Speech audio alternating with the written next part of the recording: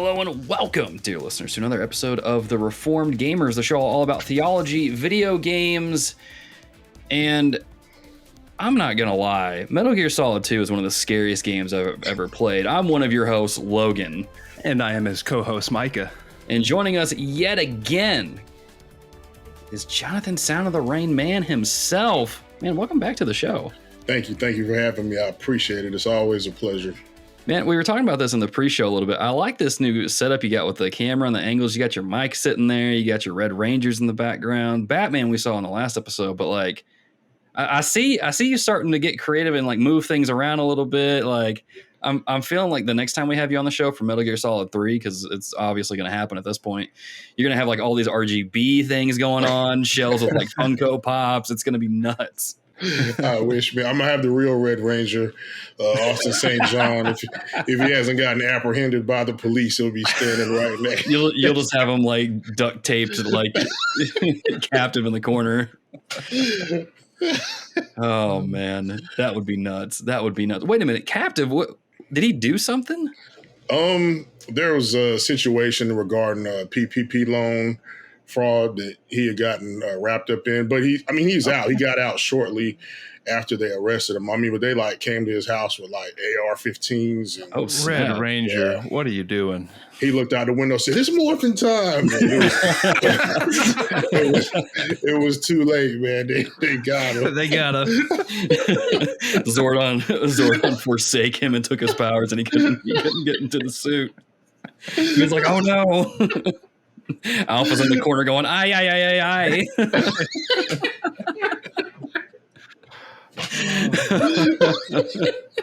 I love how these episodes just start going off the rails just right out of the gate. We already lost like 10 listeners in the first like 2 minutes. That's okay. I'm okay with that. If we didn't lose them now, we're going to lose them later when we start talking about Metal Gear Solid 2, because holy guacamole, this game, y'all. I teased it in the Discord a little bit. This game, man, you talk about having an existential crisis while you're trying to be entertained by something. This game goes to 11 real quick during one specific scene, which we'll get into here on the show, dear listeners. But again, thank you for joining us on this episode of The Reformed Gamers. If you missed the episode where we talked about the first Metal Gear Solid, link to that will be in your show notes. If you're watching on YouTube, there's probably going to be a card that pops up in the corner. You can just click on that too if you want to go watch it there. Or you can keep watching here. It doesn't matter. I mean, it's up to you. You do what you want.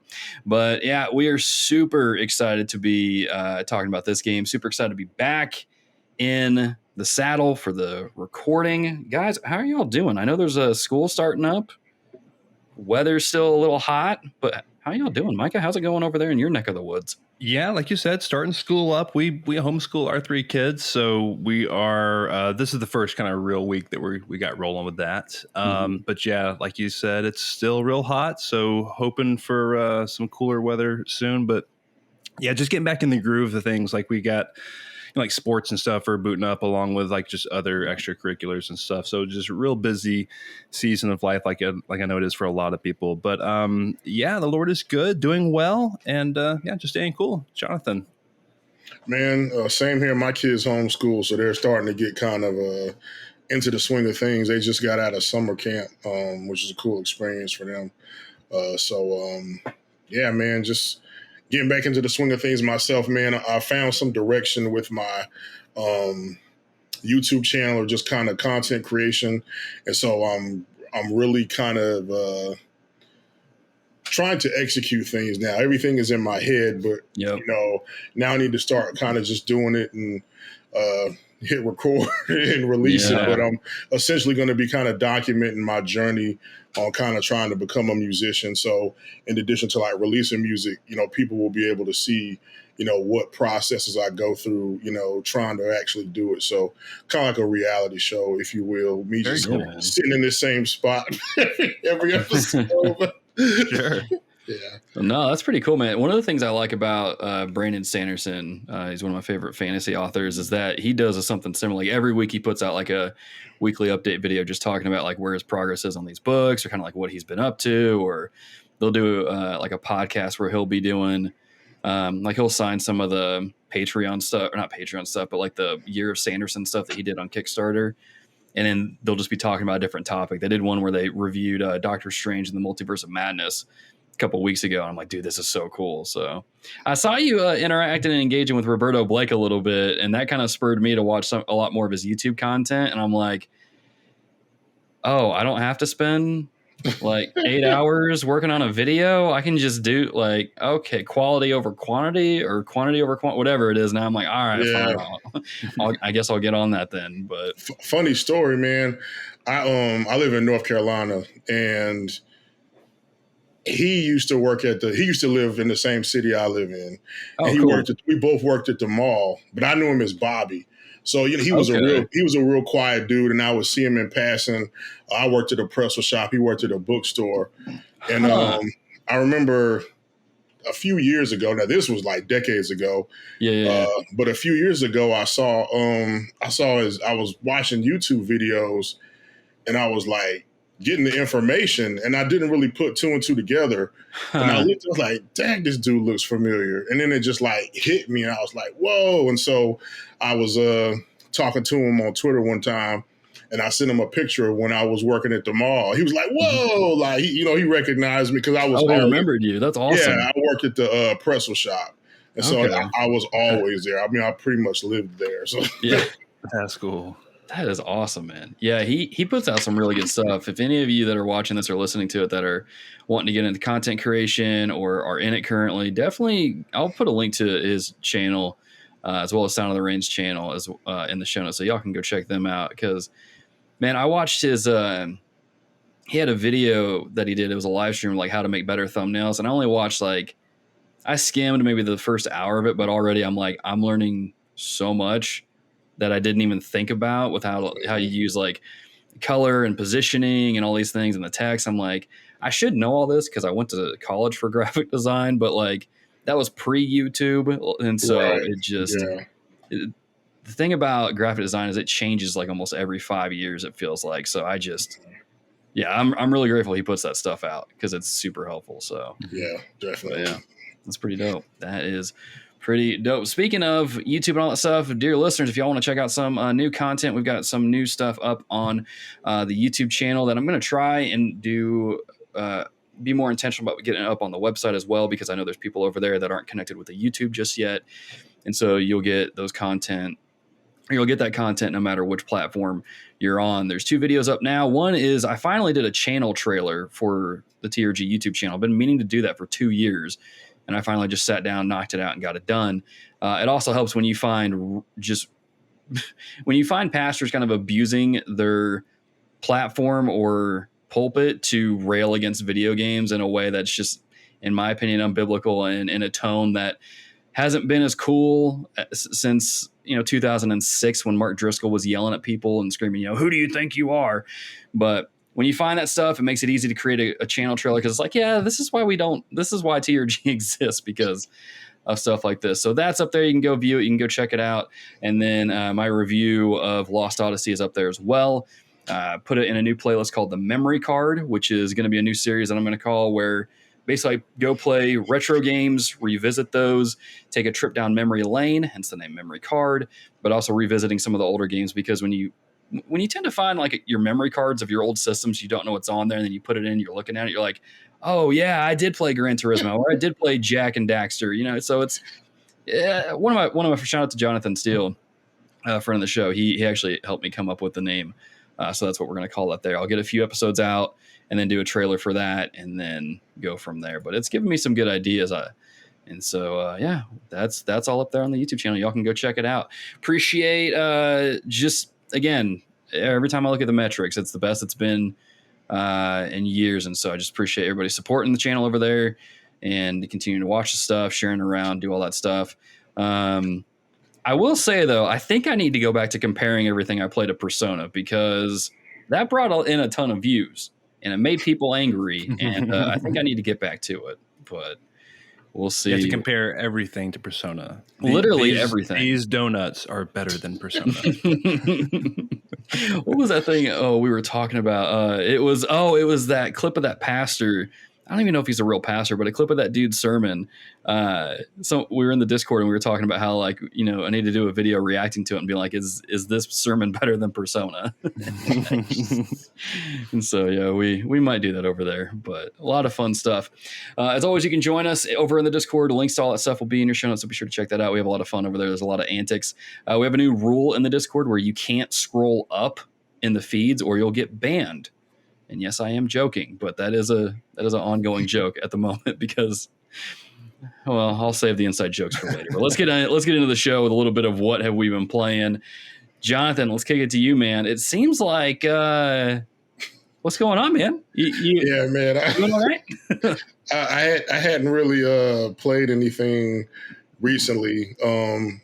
I bought Guardians of the Galaxy a while ago. I caught it on sale. So good. And, I hear a lot of good things about it. So I've got that sitting in my PlayStation, ready to play it. Mm-hmm. Final Fantasy VII Remake.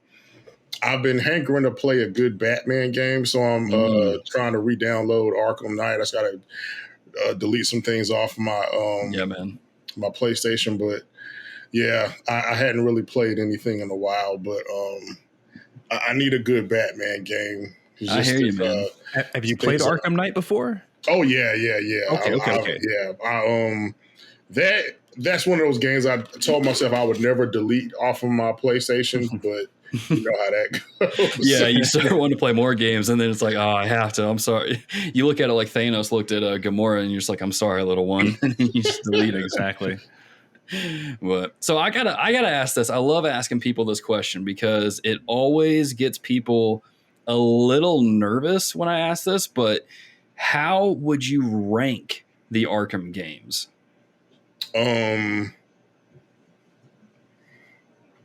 City. Okay. Night. Okay.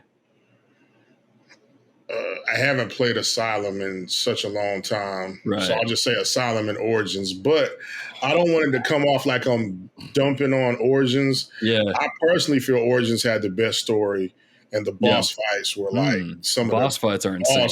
Awesome boss fights. I skipped Origins. I skipped it. The Micah, what?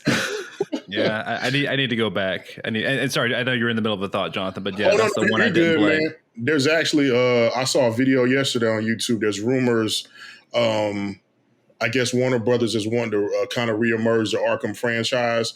So before Suicide Squad releases, they're supposed to be releasing like a remaster or a remake of Arkham Origins, and kind of because it was really glitchy and buggy.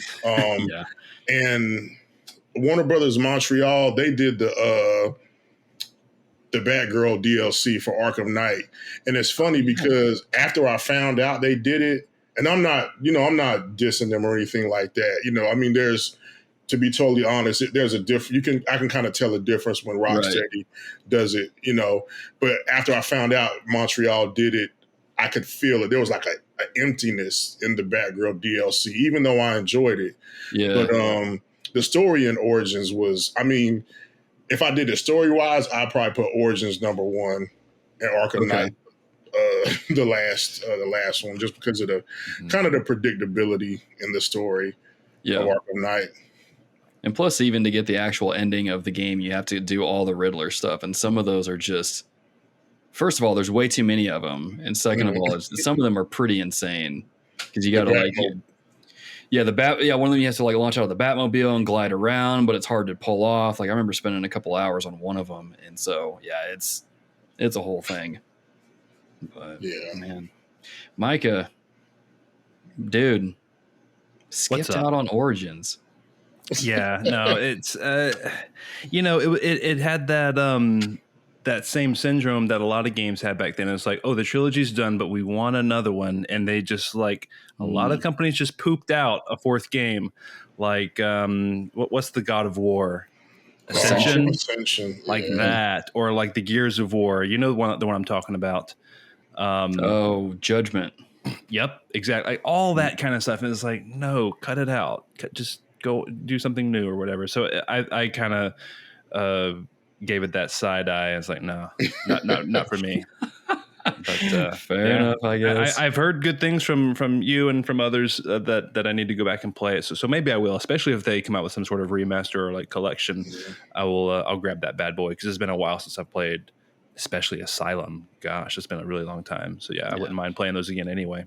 Man, Asylum is the one that I played the most of. Like, I'm pretty sure I remember where all the Riddler trophies are in that game because I played it so much. It's ridiculous, but I can't play it anymore just because like the Telltale games Walking Dead, I can't play it anymore because I played it so much. I just like even thinking about finish all of them. Finish all the Batman games, all the Walking Dead Telltale games. Oh yeah. Oh, I stopped at I think 3. Well, I didn't play 3 and 4, seasons 3 and 4, I believe. Okay, gotcha. Yeah, so we're getting a bit off track here, and I'm trying to remember what they are, and I can't. So while I try to remember that, Michael, let's kick it to you, man. What have you been playing? Yeah, not a whole lot. Shout out again to the community. Fall Guys Fridays, it's a thing. Hop on in their Discord, join us. It's fun. You get glitched out and get stretched. You get your character stretched thin sometimes. I saw that in the Discord, and I was like, out of all the times that I miss Fall Guys Fridays, this happens to Michael where he gets. It was super awesome because we were playing. It was Keith, it was Alex Castellanos, and Isaac, and we were all playing, and we're doing squads. So they went on ahead of me, and they carried me to the victory. I couldn't go; I was stuck at the beginning, but they all carried me to a W for that round. So it was very cool. But anyways, Fall Guys, playing a little bit of that. But the main thing, the only other thing I've been playing is a game that I think came out earlier in 2022 called The Artful Escape. It is it's another one of those kind of indie games put out by Annapurna Interactive. They seem like they're kind of on a roll here lately. Okay. But this is available for everything. PC, Switch, Xbox, PlayStation. I think it's even on Game Pass if you're in the Xbox ecosystem. This is a fun little 4 to 5 hour two-dimensional adventure, kind of really story-driven. It's kind of its gameplay is very minimalist. It's really focused on the experience and focus on just kind of the story and going through. But anyway, you play as this young man who lives in a small town, and you're the nephew of this great folk music legend, kind of like Bob Dylan. He's very much like the archetype that they kind of model after. And you're expected to kind of you're about to put on your first performance in the town, and you're expected to be very much like him, but you're this like guitar prodigy who can just shred like, whatever, like this kind of, rock, metal, whatever. And he's always in his head thinking about that instead of thinking about this folk music. And so he goes on this crazy psychedelic, like space cosmos rock adventure journey to like find himself and his like kind of how he's going to be, as far as like his inner musician. And you're constantly sort of like you can press the meow button and Stray. You can always hold square and just start shredding the guitar as you're like running down wherever you are. Just start shredding. You're jumping, cool. You're shredding the guitar. And it's very beautiful. The art is it really grabs your attention. It's great. I would recommend this game. It's, like I said, very minimalist, not a whole lot to it as far as gameplay. The one gameplay parts you kind of get to, these bosses where the game is kind of like the light game Simon, where you have to hit the different colors or whatever. It's kind of like that. You have the L1, R1, and then the face buttons. Sometimes you have to repeat after them and learn the patterns and stuff. That's about it as far as like difficulty and like actual gameplay, other than just kind of some light platforming. But it's the story is really well done. It's well written, and I kind of had a blast with it. It was just a fun experience. Like I said, about 4 hours. I got the platinum really easily. Like a 4 or 5 hour platinum. Wink, wink, nice. Logan. So The Artful Escape, really good. That's what I've been playing. Right on, man. That's one I've got. I have it downloaded on my Xbox from Game Pass, and I just haven't played it yet because I've just sucked into this game I'm going to talk about here in a second. But it's one that I definitely want to get around to because just when I saw the art of it, I was like, okay, this feels like my kind of game. And even just listening to you talk about it now, I'm like, this is definitely my kind of game. So Definitely excited to get into it. But like I said, I haven't gotten around to that because I've been playing. Well, of course, I've been playing Metal Gear Solid 2 in prep for this episode, and so I'll save all that for when we get into the topic itself. But the other game I have been playing. Look, I'm going to level with all of you, dear listeners, right now. I didn't lead any of you astray when I recommended Persona 4 Golden. Okay, all right. I didn't lead any of you astray with Titanfall 2. I beat that drum senseless. Okay. I am not leading y'all astray when I'm beating the drum of Live Alive. If you follow me on Twitter, that's all I talk about next to, Jesus and Facebook being the Walmart of social media sites. But look, y'all need to play Live Alive, especially if you are hankering for that retro JRPG goodness, especially if you don't have a whole lot of time to game because, maybe you're a parent or, you're working a lot or whatever it is, and you need something that you can feel like you can make progress in short amount of time, or you just want a good game at a decent price, because Live Alive is only, I think, like $50 or something like that, so it's comparatively cheaper to a PS5 game. Look, y'all need to play this game. I just got to the final chapter in this game, and I'm just like, hot diggity dog, this game just keeps giving me more, right? Every time I play through a different character, I'm like, this game just keeps surprising and delighting me with some new mechanic or some cool little story or some cool bit of characters or whatever, or some cool music. It just keeps giving. Like, it keeps living. It keeps living. That's exactly. I can't get over how good this game is. I'm shocked. I'm bamboozled. Okay, so hold on. Let's set the stage. So for those that may not understand what Live Alive is, this is a JRPG. Yes. From the 90s that never made it over to the West. Is that correct? Right. Never made it stateside. Was only in Japan for the longest time. So it still has a lot of those 90s SNES sensibilities to it that kind of feel kind of fresh, even though we've never had it over here. Is that what I'm hearing? Yep.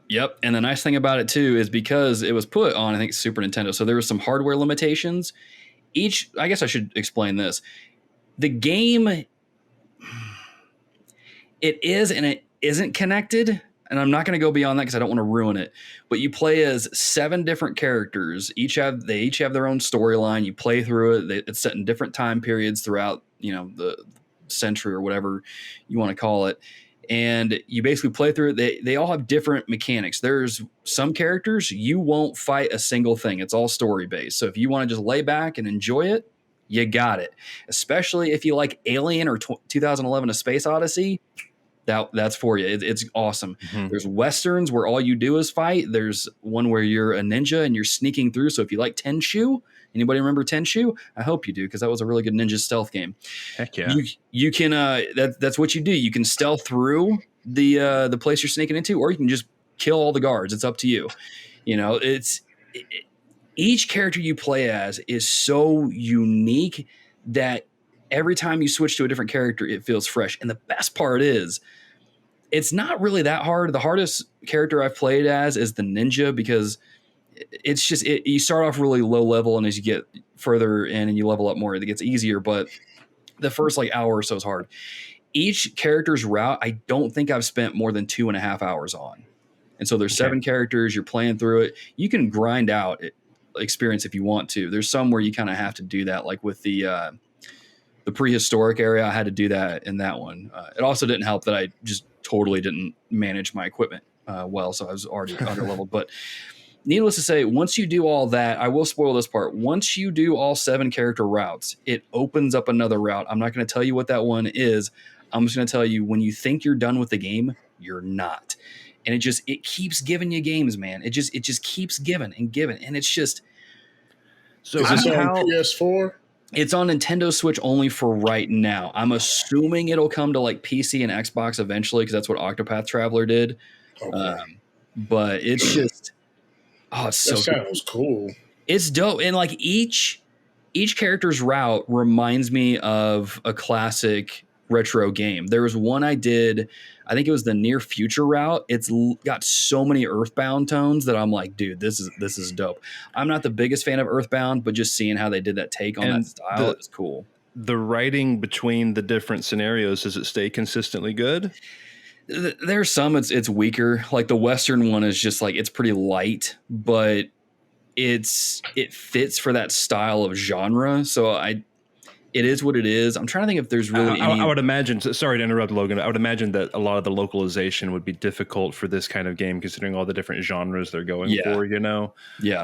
I don't know if they had someone localize it, you know, for this particular release, or they just took the local. Well, no, never mind. There wasn't a localization. So, yeah, I guess it would be a little difficult there. But yeah, either way. I was just curious about the writing there between kind of, you know, I would assume it's just the same writer for all the different scenarios. But yeah. But yeah, like I said, it's oh my gosh, I'm stuttering on my words here. It's really good. Y'all, I'm banging this drum for Live Alive because the game came out like a week before Xenoblade Chronicles 3. And I'm not hating on Xenoblade Chronicles 3. I've got it. I'm 5 hours into it.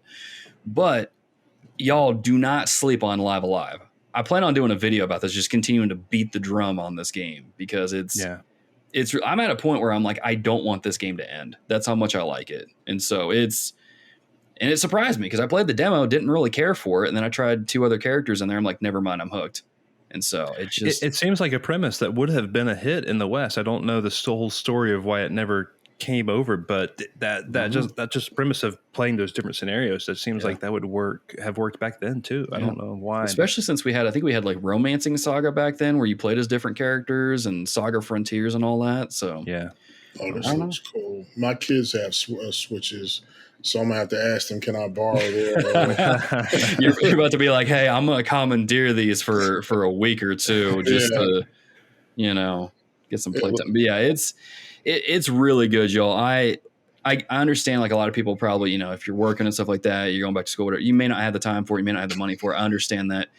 But when you do find time in your schedule or your budget and you're looking for a good game to play, you will not go wrong with Live Alive. I promise you. I'm not going to make some crazy promise like if you don't like it, I'll eat my socks or something. I'm not going to do that. But like, I'm bamboozled. Like I said, it's very cool. It's really, really good. It is really, really good. I think I might do a video on it and look up why it never came to the States because diggity dog, that game is good. But speaking of games that are good and also moderately terrifying at how they predicted the future, let's talk about Metal Gear Solid 2.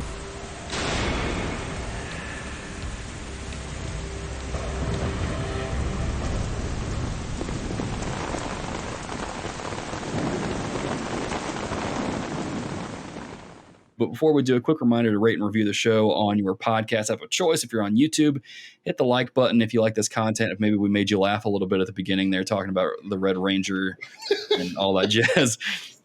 Have fun with it. You know, there's all that there. But in case y'all missed it, again, we talked about Metal Gear Solid 1 a few episodes ago. You can go back and watch that if you want, or you can do whatever you want. It's, you know, just do what you want.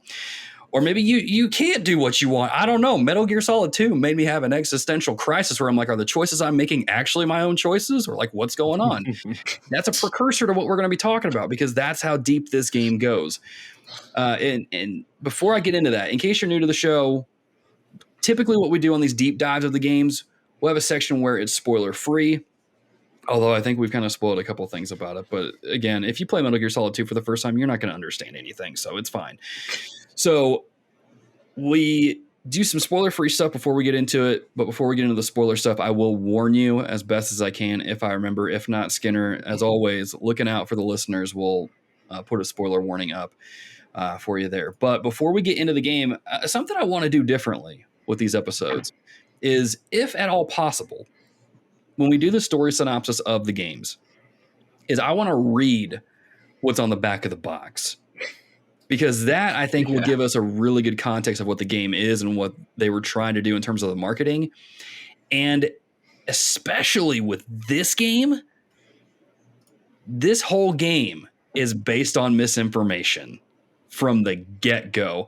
So on the back of the original PlayStation 2 box, I looked this up, It says it describes Metal Gear Solid 2 as Solid Snake is back in the latest installment of the critically acclaimed series from director Hideo Kojima. Top secret weapons technology is being mysteriously transported under cover of an oil tanker to an unknown destination.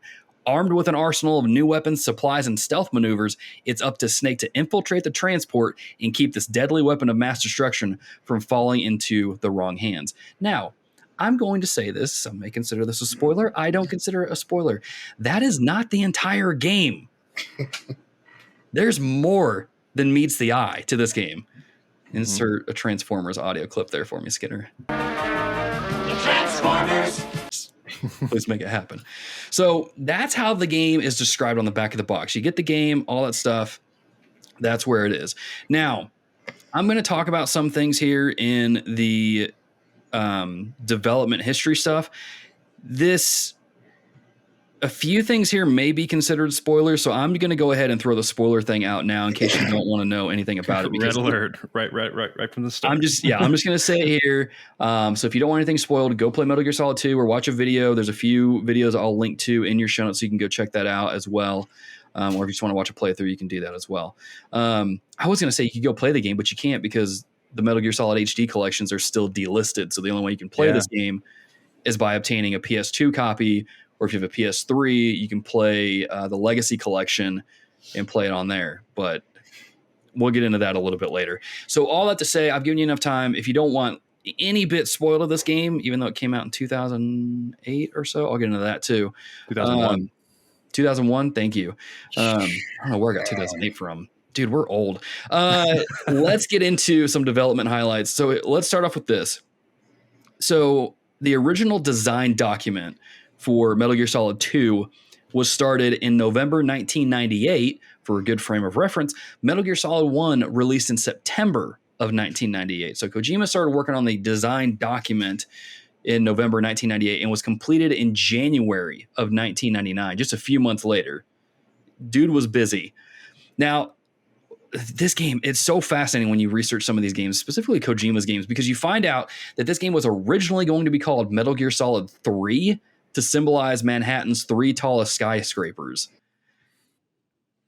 That would have been super confusing, but that plays into kind of how the ending was originally supposed to go in the game, but didn't because of some things I'll get to here in a second. Now, Kojima gave the design team a notebook that they were instructed to put an idea in every day, just one idea every day into these journals that they have, so that they might come up with some new ideas that would be included in the game. And some of those ideas that actually made it into the game were there's a section where you can dispose of these bombs using a freeze can. That was one of the ideas that got put in, as well as peering around corners was added into the game because of that idea, which praise the Lord for that, because oh my goodness, that was so helpful. I didn't even think about how that wasn't in the original Metal Gear Solid, because when I played Twin Snakes for the show, you could do that in the game. And I just never thought, I was like, oh yeah, this wasn't in the PS1 version. They completely revamped all that. When you can hug a wall and you can pop out and shoot and pop back against the wall. That was not in the first game. So a lot of that kind of like, I'm up against the wall and I'm around a corner. They really tweaked a lot in Metal Gear Solid 2. Yeah. Yeah. And one of the other things you could do, I think you can like knock on the walls or stuff and do all that and like distract guards to get them to come to your location. So they really did revamp the gameplay in Metal Gear Solid 2 to just make it a little bit more actiony, but just kind of make it even more immersive as well. Fun fact about this game's production budget is that it was similar to that of Godzilla, the Japanese film, $10 million. So they had a lot to work with. Now, as I'm going through this, I forgot to note this at the top. The sources and resources that I've used for this are in your show notes. So you can go check these out for yourself, such as Did You Know Gaming, the Metal Gear Solid, Kojima's Magnum Opus book, and then SuperBunnyHop's Critical Close-Up as well. And then, of course, Wikipedia, because it's just a good compilation of sources and information. Now, there it is. Now, going back to the design document, this game outlines the new mechanics and features, such as like you had to hide the bodies. If you knock people out, like you put them in the chokehold, you can't just leave them out anymore. You have to go hide them in lockers or hide them somewhere to where they wouldn't be found. Enemies would be able to detect your shadow now. So if they're walking through and they see your shadow, they're like, okay, I'm going to go investigate. You can get caught that way. Lights in the area can be destroyed to affect enemy vision, so you can disorient enemies by shooting out the lights. Realistic enemy AI that relies on squad tactics rather than working individually, so they'll group up more. And the multi-level environments will add a certain level of like vertical tension, because you can be spotted from like a layer 2 or something, like someone on a catwalk or below or things like that. So it's more realistic in that sense, and it just really amps up the stealth gameplay. This design document also outlines themes such as passing on memories, environmental issues, and particular social themes regarding the digitization of the military, digital simulations, the digitization of operational planning, the digitization of everyday life, and the effects of digitization on personality. This is where we'll get into this a little bit later, but like this is where this game started to predict pretty much the future that we live in now, with how heavily we rely on digital stuff. And it just, oh, it's creepy. Now, as I mentioned before, the plot for this game has kind of changed a little bit, especially the ending. And according to Kojima in the documentary Metal Gear Saga Volume 1, the original plot of the game revolved around nuclear weapon inspections in Iraq and Iran, and had Solid Snake trying to stop the Metal Gear while it was located on an aircraft carrier in a certain time limit, while trying to stop Liquid Snake and his group. But 6 months into the project, the political situation in the Middle East at that time became a huge concern. And so they decided they can't make the game with that kind of plot. They did keep the tanker mission, though, and that's what you play at the beginning of the game, and that's based on the original plot.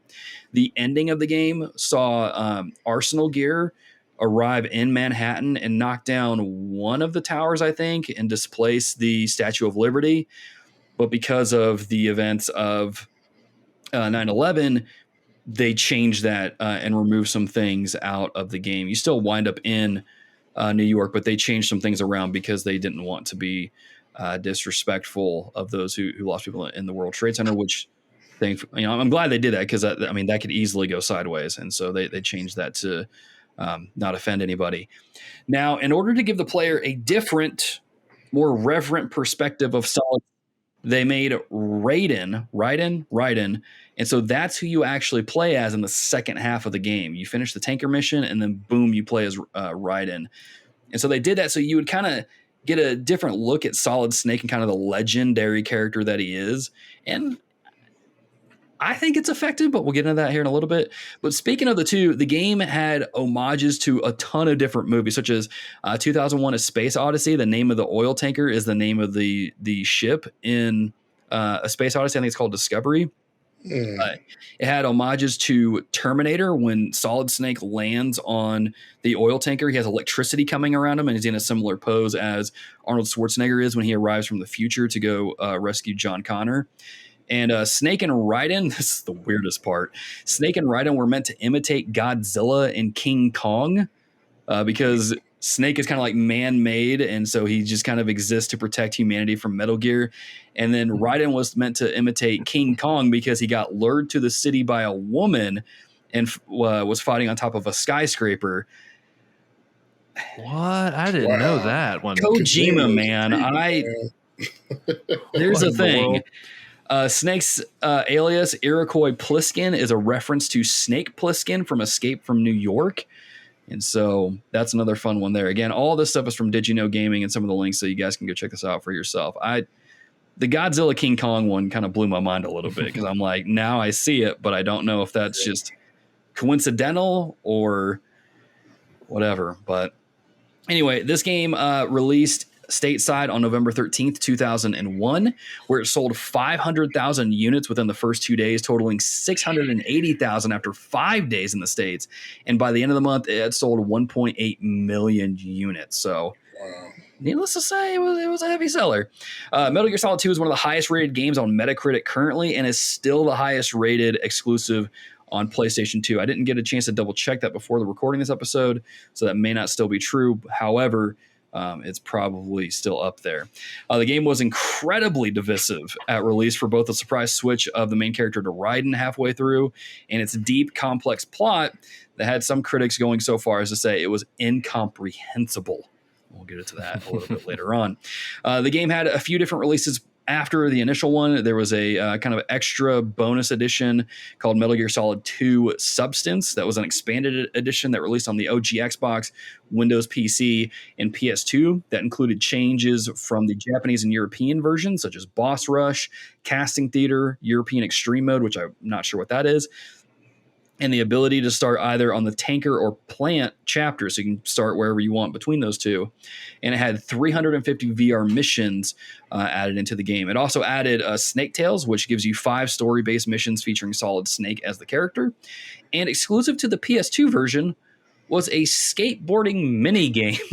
So if you want to skateboard around Arsenal gear, look up Metal Gear Solid 2 Substance on PS2, and you can do it. You can do it.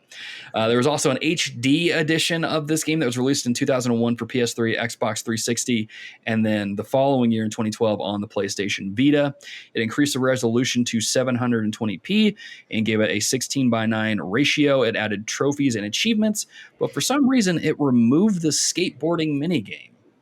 I don't know why. I couldn't find a reason why. That bums me out because I would have loved to have skateboarded around Arsenal gear. Now, I mentioned earlier, with the different versions and stuff, the only real way to play this game is to basically find a PS2 copy of the game. Or if you have a buddy that has the HD edition, well, I guess you get a 360 or a PS3 and get the HD edition and play it on there. You can also get the Legacy Collection on PS3. Me and Micah played it because we had somehow had it downloaded on our Xboxes before it got delisted. Right, Micah, or did you download it? I played it on my Xbox One. Yeah. The HD edition. I'm glad I downloaded it and was able to play it before they delisted the game. The game is still the HD edition is still delisted. Wow, words are hard. Is still delisted at the time of this recording. So it's kind of hard to really play this game in its current state. I think it's on PC as well, if I remember correctly. You can play it there. But this is one of those games where it's kind of hard to play it if you really want to play it. But that's the development history, some of the reception and all that stuff. Now, one of the things that I mentioned earlier is how divisive this game was. Now, people said it was incomprehensible. Jeremy Parrish, however, over at 1UP said, Metal Gear Solid 2 is a game built on misinformation, which I should have said. I quoted him at the top of this section here when we were introducing the game. But he also said that it was too avant-garde or too clever for its own good. And after replaying it, I agree with him. This game was too clever for its own good, probably to its detriment to a degree. But this game was way ahead of its time on several themes. So let's get into talking about our experiences with this game. Jonathan, let's kick it to you, man. You were a big fan of the first Metal Gear Solid 1. Were you anticipating Metal Gear Solid 2? Kind of how did you come across it? And just go from there. Excuse me, very much so. Like I stated earlier, I gotten my first credit card and the PS4 and GTA 3 and Metal Gear Solid 2 were my first purchases, and I was just floored to play it, because Metal Gear Solid is my favorite video game. Mm-hmm. The experience for me did get ruined. On the last episode, we talked about Metal Gear Solid. I mentioned kind of in passing how an ex-coworker of mine had spoiled the riding thing before I had gotten to that point in the game. Oh, man. Yeah, but the thing that made it so bad was that they tried to kind of retract on what they said, I guess because they like, they realized they had spoiled it, and so they're trying to backtrack. It's like, well, you only play for him is like a little bit, and then Snake comes back. So the whole time I'm playing, that's even worse. Yeah, I'm just waiting and waiting and waiting. Then I want to run into Snake. I'm like, okay, am I getting ready to switch to him? I mean, I went the whole game, waiting for that to happen, and it just that buddy of yours just kept on digging himself. But it's funny, man. When I went back and was watching it today, the way that, because I think initially I was a little disappointed not being able to play as Snake. Like you played as in the beginning, And then especially the fact that Metal Gear Solid 4 is like old Snake. So he's like, Metal Gear Solid 1 is like the only game where you really play as Solid Snake. You know, I mean, it's Big Boss and the other ones. And so I was a little bummed out about that. 100%. Oh, that dude, is it. You hit the nail on the head, Jonathan. That's the same way I felt about it. Yeah. But then when, I will say when Raiden was fighting Vamp and that when he first encounters him, and then you hear Solid Snake come in, he says, "Get down." I was like, I would have like screamed like a schoolgirl, man. It was just, I was so hyped, man. So I mean, seeing it from kind of a different perspective was almost ingenious. How Kojima did it, I can appreciate it now. Yeah. You know, I think back then I might have been a little disappointed, but like you said, he was ahead of his time. Even the marketing for the game, like the commercials and the trailers, like everything was Snake, you know? So, I mean, the way he had to splice and cut up footage, and even the part at the beginning of the game before it goes into the tanker, not the tanker, the plant, the arsenal, or not arsenal. Yeah, it shows the big shell. Yeah. It shows like a little trailer or something, like, you know, and then it leads to the opening credits and it's playing the song. At least on the video on YouTube I watched. I don't know if it does it on the game. You're right. Like all I remember like the magazines and stuff, there would be screenshots of Snake in the big shell. Like they completely did one over on you. It was ridiculous. They completely hid that Raiden was going to be a playable character. That was something I forgot to bring up, is that's something I found, is they had actually doctored a lot of the trailers to make you think that you played as Solid Snake throughout the entirety of the game, but you actually don't. Yeah, which was cool. Yeah, I think you took the words right out of my mouth, Jonathan. That's exactly how I felt. I felt like betrayed. I was like, I so wanted to play again as my favorite character, Solid Snake, and I got to do that for like 3 hours in the tanker mission, which was great, by the way. But I was in college freshman year when I played this game. And I remember the day it came out, like it was, I went to Electronics Boutique in the mall at 10 a.m. when it opened up and played that game. I played it through. I got it. I think I skipped all my classes that day. I had to. It was a real smart decision. But I probably played it, got back home, 10:30 or whatever, started playing it. I took a lunch break. I remember going to the food hall to eat, and then came back to the dorm, played it, went and took a dinner break, came back, and then beat it at like 2 a.m. that night, I think. Like just plowed through it in one single day because I was so ready to play the sequel. But yeah, it was such an event. I mean, I remember a lot of my buddies were like doing the same thing. We were all going to the mall to get the game, and it was a really big deal. So yeah, that bait and switch, man, did not sit well with me, because Raiden was like like a girly man. It was like, who's this? Like, what? I don't want to play as this loser, So that's what 18, 19-year-old me thought. So that's kind of some first experiences with it, I guess. It was funny. It's funny you mentioned that, the whole girly man thing, because in the beginning when he's getting briefed by the colonel and he's going by the code name Snake, as soon as he tells him we're changing your code name to Raiden, it's like a switch gets hit and he just turns green, and his whole he's asking the colonel questions, because before he was trying to talk like Snake. Snake, and he's like, and then his whole way after he says Raiden, I watched it, it was just like his whole countenance, his whole demeanor was just, well, do I do this, or wow? I mean, I was like, what? Like, who is this guy? Yeah, man. What a game. I think I mentioned this in the last episode. This was the first Metal Gear Solid game I actually got to play. I went over to a friend's house. He's like, "Oh, I got this new Metal Gear Solid game." I'm like, "Oh, cool. I've heard about this game."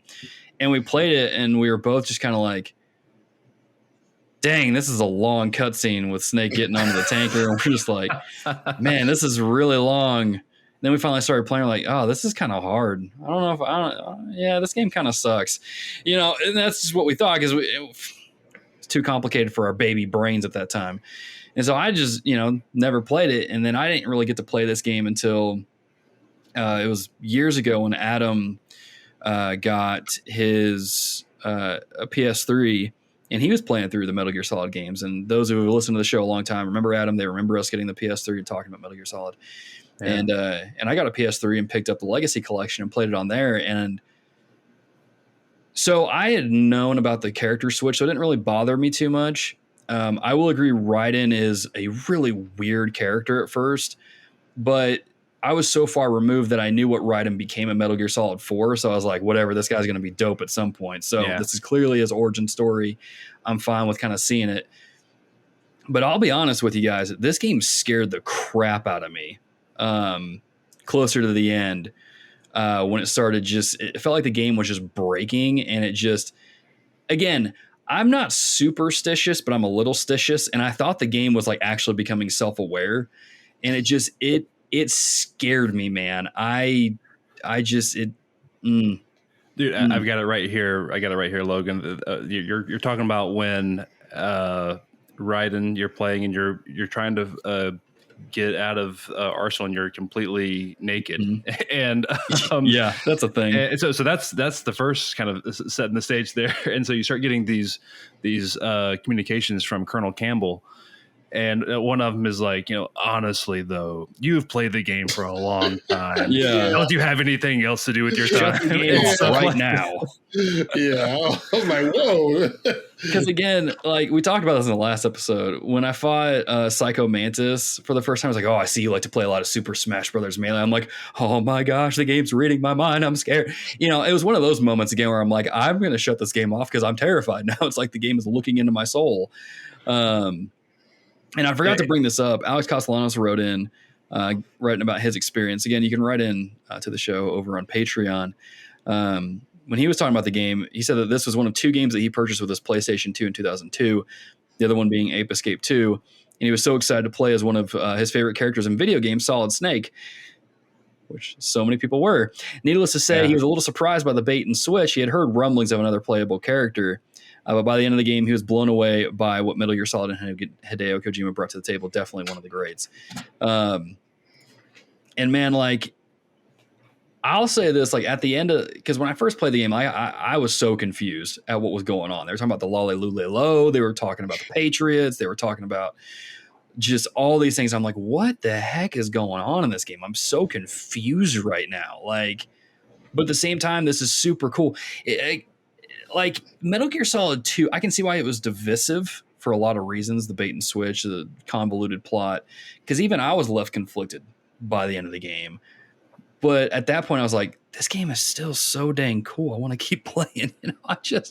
So I'm curious about y'all. Like, after you experienced the bait and switch in the game and stuff, did y'all like feel burned by Kojima, or did you like want to play the next game in the series, or kind of how did you, Jonathan? Let's start with you, man, because I know you had it spoiled a little bit, but how did you feel after all that? Yeah.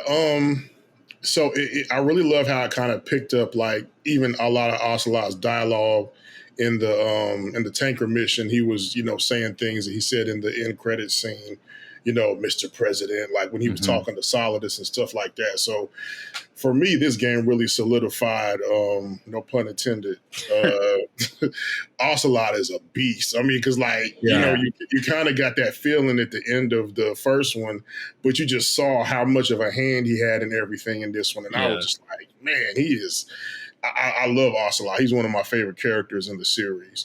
That was sorry to interrupt, but that, just to quickly interject, that was one of the notes I wrote down, was just like Ocelot was like a triple agent almost, like working for the Patriots and then working for Solid. Like, dude is way smarter than probably what we originally thought going into this game. He knows how to play both sides. He's got his hands in multiple cookie jars. And once you get around to MGS 3, he's been doing that for a long time. Like he's been doing that game. So like he's one of the most layered and best characters in the entire series. He arguably is the best character in the series. He's in the top. You can make a case, I think. But go on. Yeah, no, I totally agree. Top 2, like I mean, he's awesome. And I think by the time it ended, I was outside of waiting to play as Snake again. I was just really invested in Raiden in the story, getting the katana blade and running around, and I think I was so shocked that the the sequel was a prequel. Because the way that it ended, I was just like, oh man, like they're gonna let me play a snake again. We're in New York, like, oh, this is gonna be crazy.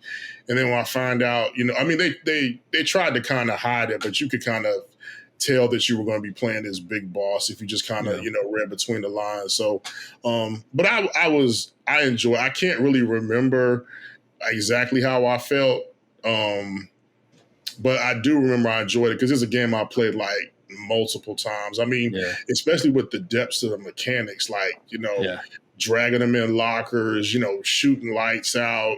I mean, this stuff was just like revolutionary at the time. I mean, the amount of depth and the amount of detail and everything, just, it blew my mind as a gamer. Yeah, that's what I was about to comment on. It was this continued, just all the note you said earlier, Logan, about Kojima making everyone have a little notepad and writing their ideas and stuff. You can see that come to life. All the little things that Metal Gear Solid 1 did, man, they just kept going with Metal Gear Solid 2. That's one of the main things that drew me to the game, outside of just the plot and wanting to know what happened. But things like, doing chin-ups, and it'll grow your grip strength. You do 100 and then 200, you get to level 3. I did get the achievement for that. I spent like a good couple minutes to do it. I was like, you gotta do those pull-ups, man. Yeah, man. You get strong. Things like that. I found out. Sorry to quickly interject. I found out that there's this room where like it's kind of like a half moon crescent thing. If you're on the top level and you climb, you flip over and hang down, and you just drop and grab the layer below, you level up faster. So I did that, and I got it in like 20 minutes. Excellent. Yeah, very cool. Lots of neat things, like you already mentioned, hiding bodies in lockers, the freezing of the bombs, lots of really cool things in this game that were first. Even just the whole idea of like a dart gun that put you to sleep. Yep. That was kind of new and novel at the time. You could go through the whole entire game and beat it without killing a single person, even including bosses. Yep. I guess maybe the Metal Gear Rays at the end you couldn't do that with, but or Solidus. But everyone that you're able to, I think you can technically do that, and it would be some sort of achievement maybe or something like that. But that was crazy neat. On my playthrough recently, I tried to go as long as I could, just tranking everyone without killing anyone, but didn't get very far because I suck. Used to be good at the game, not anymore. But just a lot of neat innovations that continued. I mean, this is Metal Gear Solid 2 is part of Kojima's legacy of all that. So, there's a lot of great things here that he brought to the table, and that's what I was reminded of.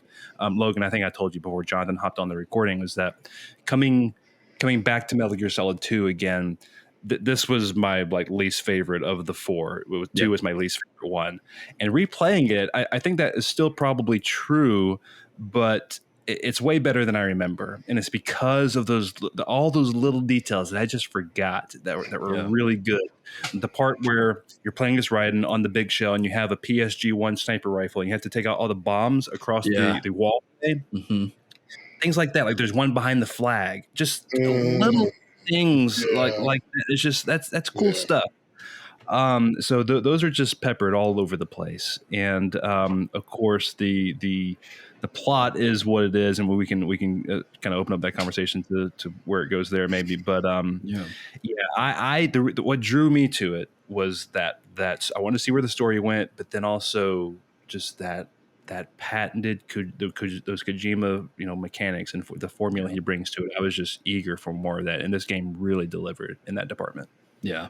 And I think for me, replaying it here recently, like it blew my mind. Like Metal Gear Solid Twin Snakes holds up pretty well, but it blew my mind at how well Metal Gear Solid 2 holds up, at least in the HD collection. Like the camera angles are a little weird at times. Yeah. But apart from that, like the game, it's just one of those games that it feels timeless to a degree. Like it just plays really well. A lot of the innovations they did were just really smart. And it's just, dang, dude, it's good. It's just really good. I don't have much to say beyond that before we get into some stuff here. I want to transition And to trying to break down the story of this game a little bit here, with David Matthews' comment here, he says that he bought the subsistence version that included the surprisingly great skateboarding minigame. So, David, I'm jealous of you that you got to play the skateboarding minigame. He remembers the jarring change from being Snake at the beginning to being Raign to be off-putting at first, but then he grew to like Raign, especially as you learn more about his backstory, which that backstory is very tragic. And again, it's just another layer to this game that Kojima was tackling so many themes in one game that, and he would actually revisit this later in Metal Gear Solid 5 when you first come across. Yeah. And so, actually, I think even Peace Walker might have done this too, but that's besides the point. David also adds at the end, also the crazy AI stuff towards the end was super creepy. Yes, it was. But to get to that, we got to explain how the whole game is kind of creepy to begin with. Because after the tanker mission with Snake, or really let's even pick up at the end of the bit where you see that the Marines have a Metal Gear, Metal Gear Ray? Is that what that one's called? Right. And so he's taking pictures of it and he's trying to because him and Otacon are part of this, I can't remember the exact name of the group. Philanthropy. Thank you. And so they're committed to basically decommissioning these nuclear weapons and making sure they don't do any damage. And so that's why Snake's even there in the first place, because he hears a tip. But then you run into Ocelot, who shows up with this Russian paramilitary group. And then at the end of that section, Ocelot starts freaking out. His hand starts twitching a lot, and then all of a sudden, Liquid Snake. There's too many snakes in this stupid game. I was about to say Liquid. Liquid Snake takes over Ocelot's body, and it's the same voice actor and everything. And you're just like, what the heck is going on, dude? Brother. I still remember playing that on the PS3, and I literally set the controller down. I was like, what? How? What? Okay. But then it switches because it makes it look like Solid Snake's dead because the tanker sunk, and you're just like, wait a minute. What's going on? But then it leads into the plant mission where you're like, oh no, here's Snake right here. He's working with the Colonel again. I don't know who Rose is, but whatever. But then you find out it's Raiden, and you're just like, hold up. Did they really just kill Snake? Wait.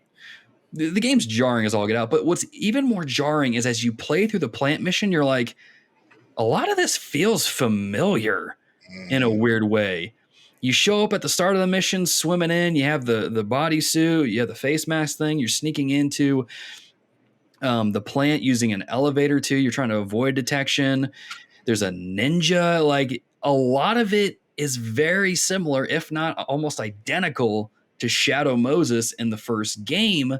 And this is where the game kind of starts pointing out things like simulations and digitizations and stuff. And it kind of makes you wonder, is this a simulation itself that I'm in right now?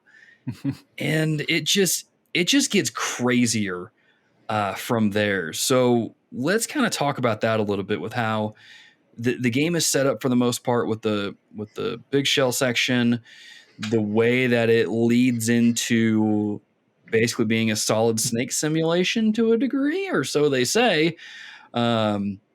But let's kind of go from there. Micah, let's kick it to you first, man, and how this game just gets crazy real quick. I'm going to try to give the perspective of my first playthrough. And I what was kind of once I kind of accepted, okay, I'm riding, we're on the big shell. We're putting out bombs with Stillman and all, and we've met Pliskin, aka Snake, and you're running around doing all this stuff, and I'm like, okay, so where's Solidus? Where's Solidus Snake? That's kind of what I wanted to see. And that was what was pulling me along story wise. I mean, you did get to him about halfway through, and it was a good reveal. But that wasn't the point of the game. I was so simple minded. It's just I just want to see who the big bad is. And Kojima kept on. It's almost like too many 90-degree turns. Okay, hard turn. Okay, hard turn. Okay, hard turn. Okay, you thought this. Hard turn, Surprise. It's like, okay, I know what the game's about. Okay, now I really know what the game's about. okay, now I really know what the game, and it just kept on doing that. Yeah. And it at one point, I mean, at a certain time, it just felt like, it's like, good grief, what's even real? I didn't know. I'll be honest. At the end, and you're standing on the roof with Solidus, I had no idea what the plot was. My first playthrough, I was like, I've definitely got to replay this again.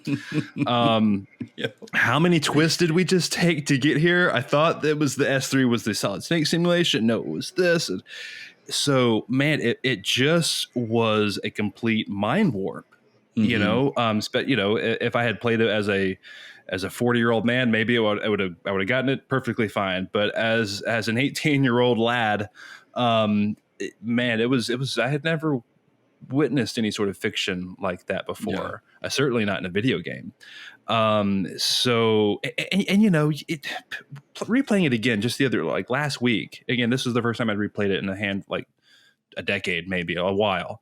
And so I've grown, I've had some perspective, and, so much of it, I understand more now. I appreciate it so much more now, not only because of how it predicted the future with social media and digitization of everything and censoring things and truth and what is true and all this sort of stuff. It's kind of wild. But back then, even if you did understand it, you wouldn't have appreciated it like you'd appreciate it here in 2022.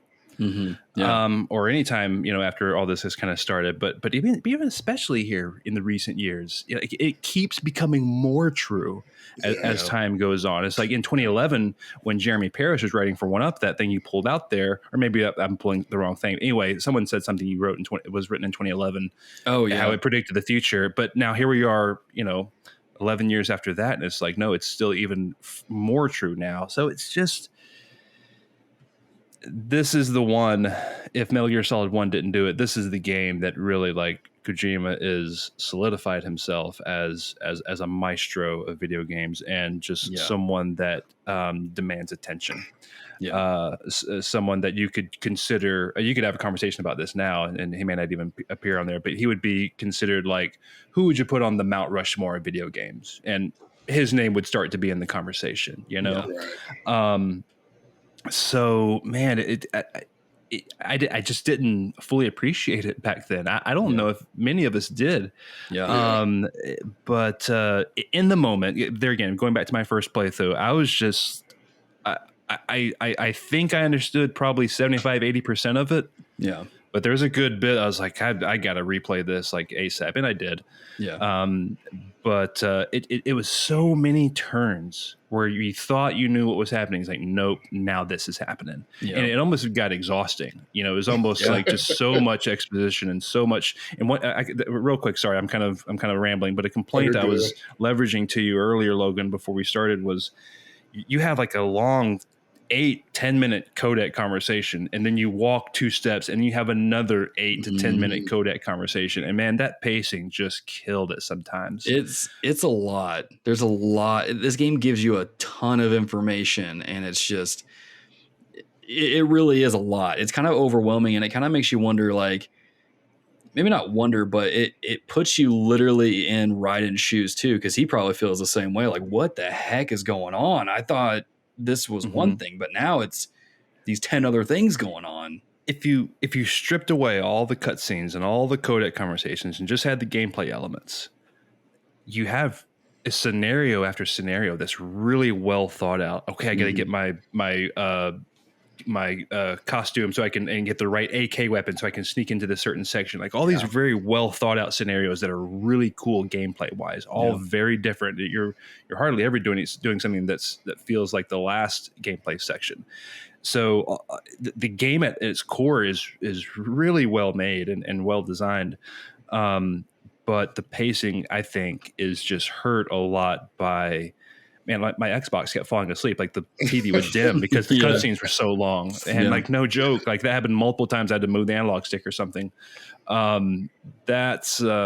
That can be a little much for especially a lot of people. I can handle it, and I love the lore and stuff. Sure. But that's, I'm on the good side of that. I don't know. A lot of people would be like, oh, okay, come on, guys. But I'll add, I actually did time that final cutscene because I was really curious how long it was. The big exposition dump cutscene in this game is 36 minutes and 11 seconds. Then you go into a boss fight, and that final cutscene is 10 and a half minutes. So that whole end game section is literally just an hour of you just being like, just drinking from a fire hydrant and just going. And you know what happened to all the kids growing up is the mom is like, Jimmy, come to dinner. Is oh, mom, I'm almost done. Yeah. It's like, Mom, I can't. I'm having an existential crisis right now. 40 minutes later, your mom's grounded you. It's like, Mom, can you ground me? Are you even real? Am I real? What's going on? Is this all simulation? Yeah, I always questioned, was Rose. I didn't understand Rose was real until part 4 came out and you actually saw her as like a real person. Like, I always wondered, like, because it was just, it's like how the music would change when they were talking, and it's just like the whole vibe was different. And I just was like, is this like something planted in his head, or I was totally lost. But listening to the stuff, the things that they were saying, like when he was talking to the president, and I was like, man, Kojima was prophetic with it, man. I mean, it was like, this stuff is like spot on, And what's crazy is that I went back and did like a while ago, I watched like a YouTube video going over Metal Gear 2 Solid Snake, the one that came out in Japan that was on like the collection. It's like the sequel to the very first Metal Gear. That one was essentially, it's almost like Metal Gear Solid was to that what Metal Gear Solid 2 was to Metal Gear Solid, because it's like the same thing. You have a section where you got the Stinger rocket launcher, you have to aim it, and it's essentially kind of some of the same stuff happened. You know, and so watching, I keep saying watching it because I didn't play it. Watching or playing this game, and even knowing some of the things that from the sequels, is just still kind of mind blowing. Like, it's almost confusing how it's cool how I don't want to go too much into the other ones. We could save it for those episodes, but it's cool how he kind of brought it all back around. But I didn't understand it as a kid. I think I might have been like 20 when it came out, but I didn't understand it. I was lost.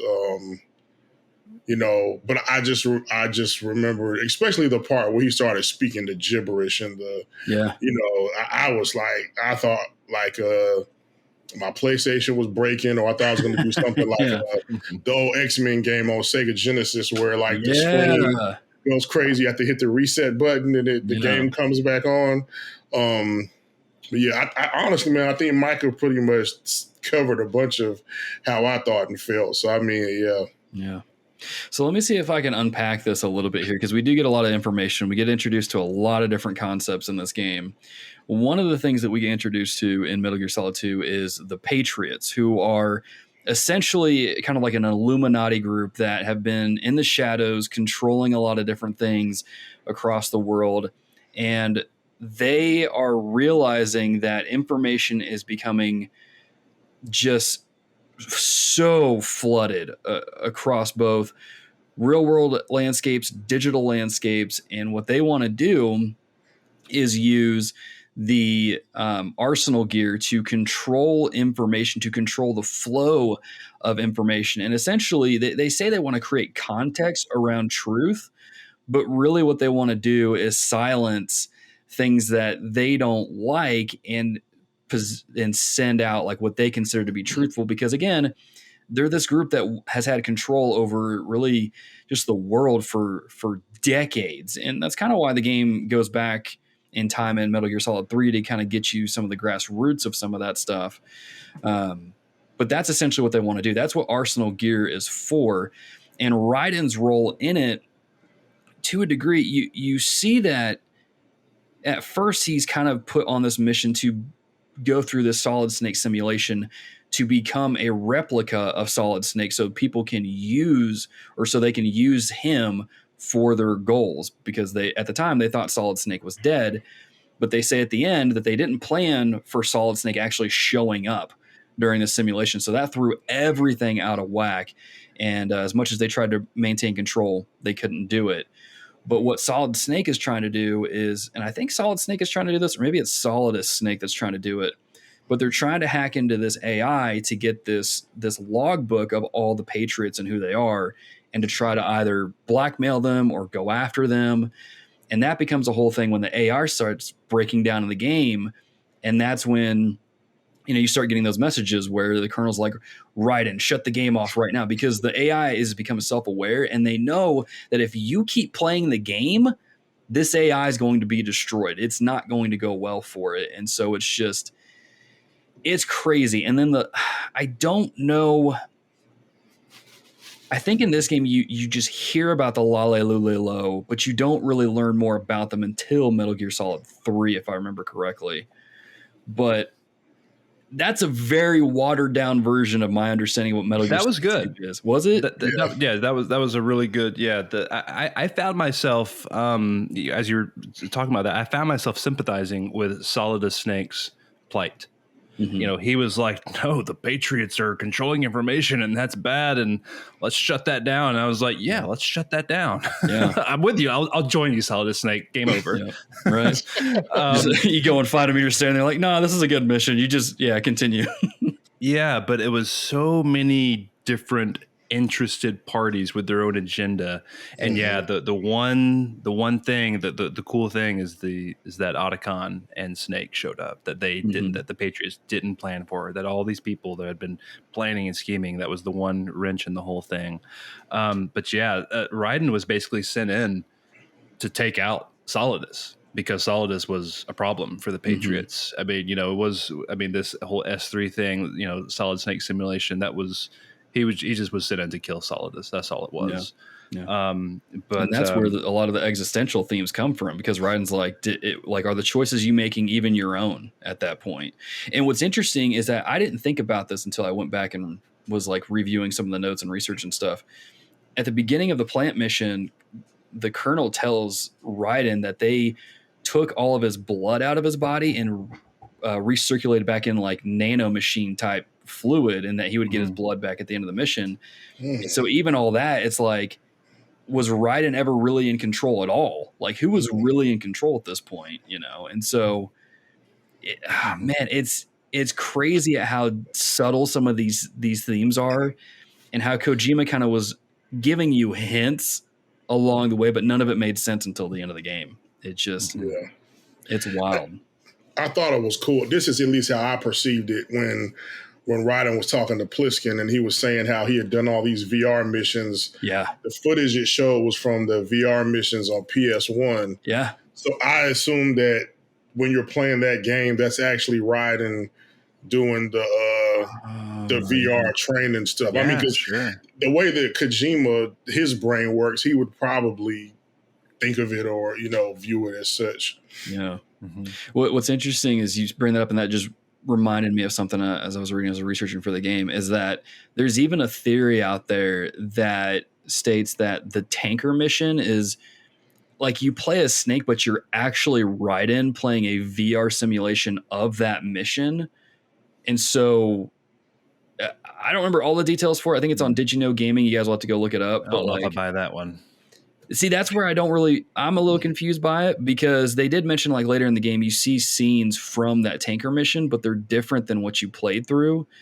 And so that's where they link it. I don't know if that's really I don't know if that's actually accurate. That's just a theory that I read. And so it's just, this game's There was a part where Raign did say, "I've played through the tanker mission" or something like that. Oh, okay. Snake says, "Trust me, kid, it wasn't what you played," or something like that. Yeah, and so that's a thing, man. So that kind of leads into how this game was misleading. How, with the Arsenal gear wanting to control information, that's what the Patriots were wanting to do. This brings up the theme of, maybe not necessarily the theme, but it brings up how this game is scary, but not just because of the way the game kind of falls apart at the end, because the AI is breaking down and you're seeing that in front of you. And then I just remember, and then you have Solid Snake literally like enabling an in-game cheat in front of your eyes when he points at his bandana and says unlimited ammo. It's so super funny. good.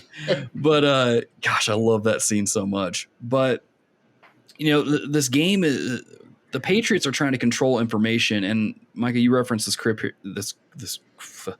this quote here that I clipped into the show notes here, that it says in 2001, Dugan Patrick of Gama Sutra drew comparisons to social media and social gaming and found that the game predicted elements of Facebook, such as allowing people to intentionally censor their own experience within the self-curated walls of Facebook, whether that's groups, pages, whatever.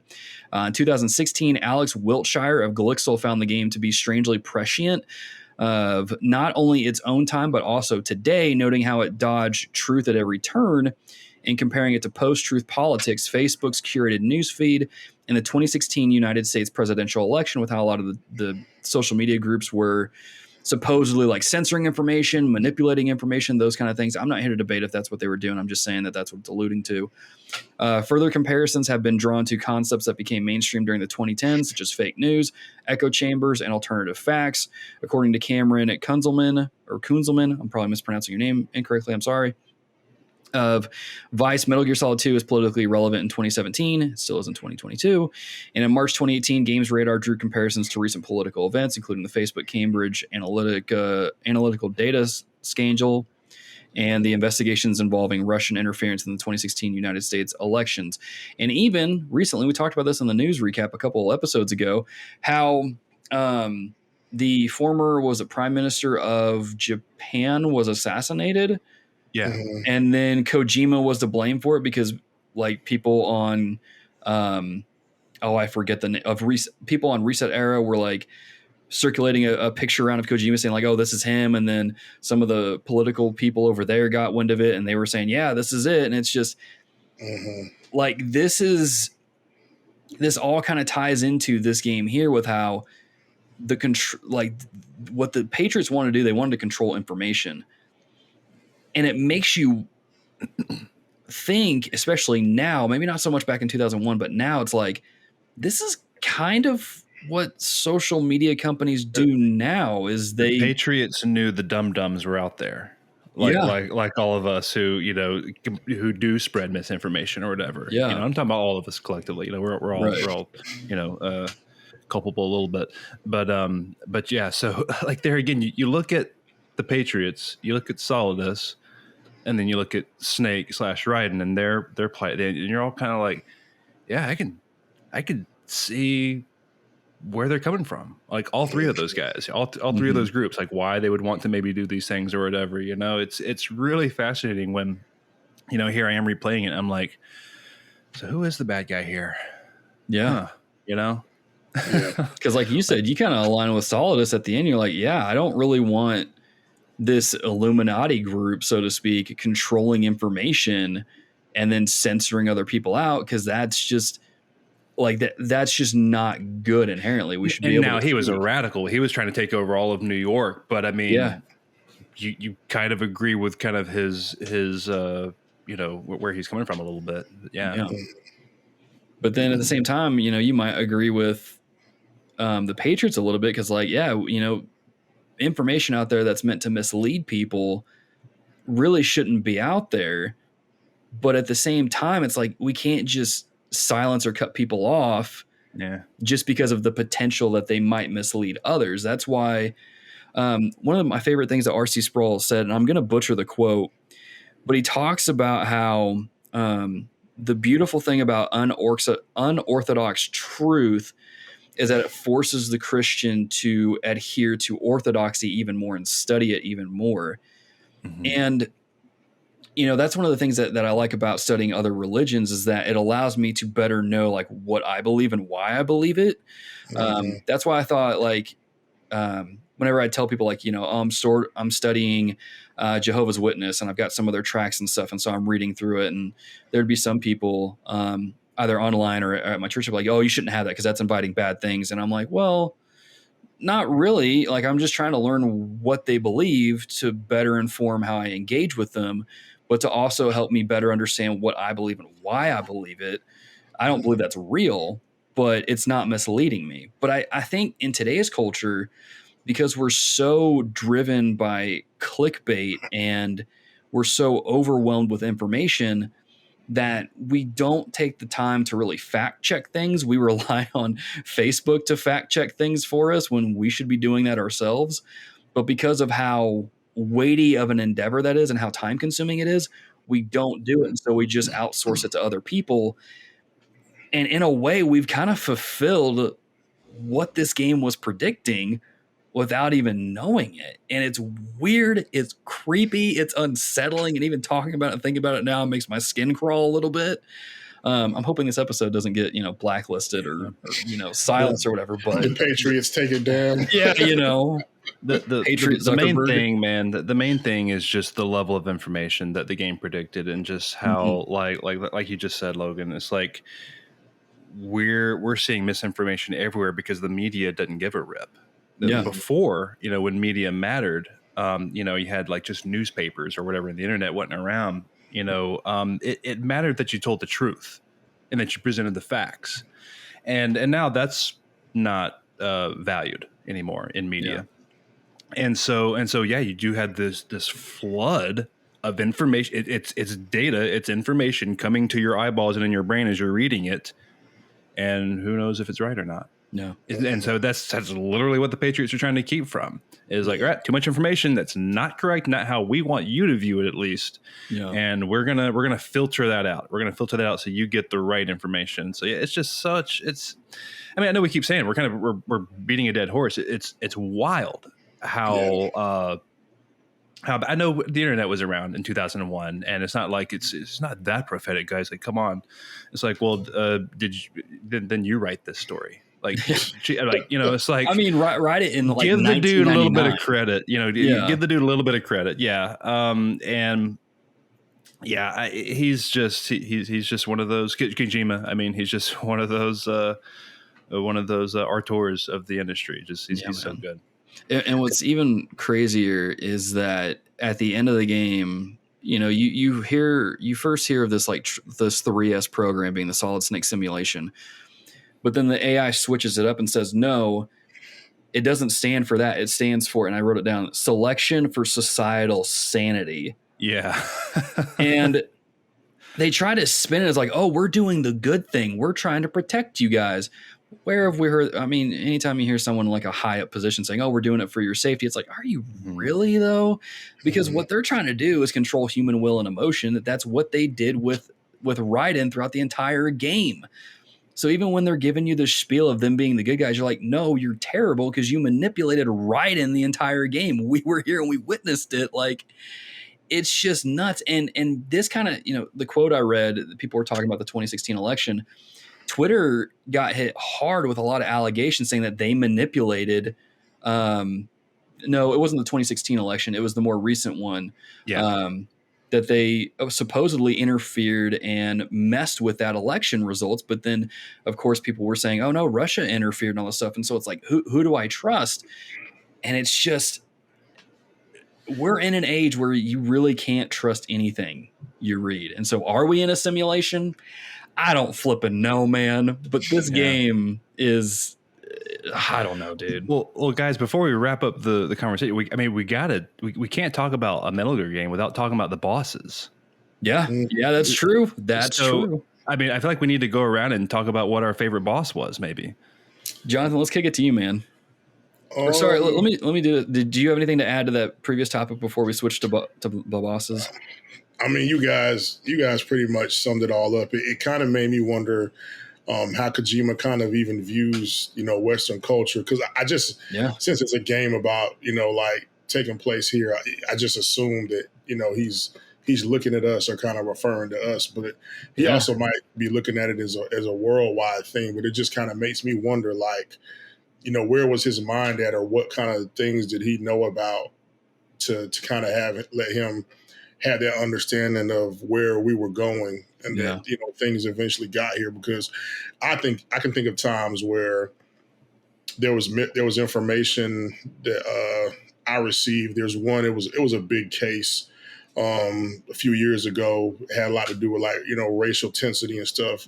And a year afterwards, I saw additional footage in regards to the situation, and for me, it changed my perception of the individual. And I was just like, wow, if I had seen this, back then, I think I still have my ultimate feeling about how the situation possibly went, but the way that the media painted the picture of this person wasn't what the initial reports were saying, you know, and I thought it was very manipulative, you know.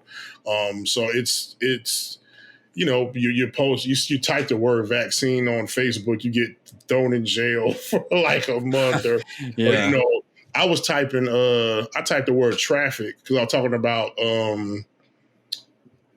getting traffic to my YouTube videos, and I guess they thought I was talking about human trafficking, so they like shut my post down, gave me a warning. So it's just all artificial intelligence. You know, there's not a real person reading this stuff. So I don't want to be too long winded, but I totally, you know, it's just interesting stuff, man. But as far as the bosses go, I love Fat Man. Yes. Awesome. Especially when you drag him away in the one big bomb. Dude, I'm so glad you said that because I was sitting there playing this game. I was like, I think Fat Man's my favorite boss. Like, I love his line of what was it? What is it? Laugh and get fat or something like that. I'm like, that is a mood right there. I want that framed in my classroom. I love that. Oh, so good. Anyway, sorry. Go ahead. There's other bosses too. Fat Man's one of your favorites. Are there any other ones that you were like, yeah, this one's awesome? The helicopter fight with the Harrier, if I recall correctly, that one was pretty tough. When if I remember playing it initially, to be honest, I can't really remember because like I might have gotten to that part in my rewatch.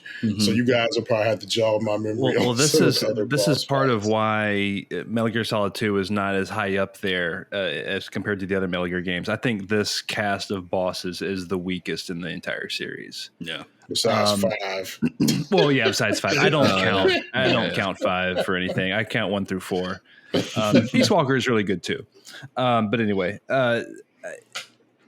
Fat Man's good. I was thinking about my favorite bosses, and Fat Man made my list. I like playing the Metal Gear Ray, all those Metal Gear Ray units at the end too. That can be kind of fun. No, it's cool. But when I was really thinking about it, I think the one that visually is striking, introduced a lot of cool, kind of neat mechanics. While not that crazy of a fight, was just the very first Olga Gerlukovich fight on the tanker. Just the lighting and the way that everything worked, and the fact that the spotlight she could get it on you. Sometimes you'd have to shoot it out, and then she would shoot the straps to the tarp that was covering up part of the stuff, and it would get in the way of you seeing her. So you would shoot the other 2 straps, and it could go flying off, and then you have a clear view to shoot her. Little things like that. It was pretty cool, and it was kind of like a good introduction tutorial and sort of the first person shooting that you'd have to do in that game. That was new for the series at the time. So I like the Olga fight a lot too, but yeah, shout out to Fat Man finding all those bombs and just the goofiness of that fight as well. But yeah. Yep. I also just like the intellect of Fat Man. Like, it's just like, because you see the character and you're like, okay, it's a large dude on rollerblades drinking wine. This is ridiculous as all get out. Arguably more ridiculous than there being an actual vampire in the game. But it's just like, he's just one of those characters that you wouldn't think much of, but then you realize this guy's actually kind of smart. This is kind of terrifying. He actually reminds me a lot of, if anybody out there has watched anime before, there's this anime called Paranoia Agent, where this little boy on roller skates will show up and hit you with a twisted golden bat as you're going into like further into madness or some kind of like duress or something. And he's methodical in how he attacks, and he's smart with how he does it. And Fat Man's very similar to that. And I like enemies that are kind of like that. They're thinkers. And plus I love how like when you finish that fight, he's like, oh, there's one bomb left. Good luck finding it. And you're like, where the heck is this thing? And you have to like pick his body up and move it. And it's like, oh, it's right there underneath him. Of course. Like, dude, he's just such a cool boss. But yeah, I agree with Micah. This is, when it comes to bosses, this is definitely a pretty weak lineup in comparison to the other. Because I mean, we're about to go into Metal Gear Solid 3, and there's there's some awesome bosses in that game. Oh my goodness. But especially in comparison, like you just come off the heels of Metal Gear Solid 1, Psycho Mantis, Vulcan Raven, the Hind D that is Buns, apparently. Was that the one you called Buns in the last episode? No, the fist fight against Liquid on top of Rex. The fist fight with Liquid on top of the Metal Gear Rex that is complete Buns. Sniper Wolf, both fights. Like, all of those are stinking memorable, man. And the fights in this just... It's clear this game is focusing on the story it's telling more so than the bosses you're fighting. Which is fine. I mean, it is what it is, but of course we see Vamp show up later because, Metal Gear Solid 4. But yeah, I agree. The only boss that really stood out to me, Vamp scared me a little bit just because he's kind of creepy, but Fortune, I didn't really... Fortune's not even really a boss. Yeah, like, you don't even do anything with her. Like, you can't kill her. Because even that boss fight that you fight, like that fight or whatever, you just wait a few minutes. You just survive as long as you can before the elevator shows up, and that's it. Yeah. And so it's not really a thing. It's not really. I don't think it can really be considered a boss fight. The one that you brought up with Olga is super dope, though, because that's where the game really teaches you some of the new mechanics, especially with shooting out lights. It's so stinking good at how they did that. But yeah. I'm definitely more excited to talk about the bosses in Metal Gear Solid 3 than I am this one. So 100% say that. But yeah, guys, do we have any closing thoughts on this game? I feel like we've talked about the two big themes in this game being the control of information, existentialism. Is there anything that we need to address as we close up, Micah? I've got something on. Yeah, it's. I just want to shout out the scene. The scene where EE dies, and Otacon and Snake and Raign walk out on a mission like something out of a Michael Bay movie. Yes. It is so awesome. Even to this day, I don't care how cheesy it is. It's like, dude, let's go. And then Otacon and Snake have their like bro moment where they're like, bro, you're my brother, we're about to split up, but we're doing this. They had that sweet handshake and hug. It's like, still one of my favorite gifts. I've been tweeting that out for a couple of weeks here on the TRG Twitter.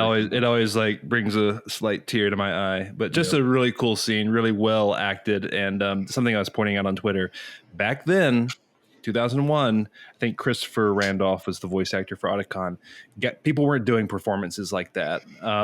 He just sort of like lost it after he was like alone with the parrot. The parrot flew off his shoulder. He just lost it emotionally. It's like, dang, holy moly. Yeah, like good stuff. So just really powerful, really strong scene there just to get the things other games weren't doing stuff like that back then. So just more kind of envelope pushing by Kojima. And then one quick minor thing that I did not know existed until I replayed the HD edition last week is there is this like theater mode or something where you can go rewatch the cutscenes and you can take the different characters and like mix them up. So like the scene where you first meet Vamp and he's like sucking on the guy's neck or whatever, and like Snake's there. I swapped Otacon out to be Vamp, and it was so funny, dude. I was tripping out. It was so good. So you can just like exchange all the characters out and have a little fun with that. But like watching Otacon turn around after sucking someone's blood, I'm like, it's like it was really good.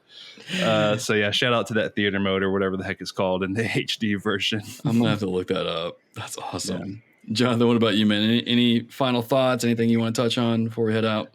The attention to detail, man. I want to give a shout out to that. Like in the tanker mission, where all the soldiers are getting briefed, and you can go up to the camera, and they'll turn one way, they'll turn the other way, and if you keep hitting it, like a girl in a bikini, I think, will come up on the screen, and then they'll all just stand there, and then I think eventually they'll turn around and see that Snake's at the machine. Yeah, you have to hit it a few times, but it's totally Kojima.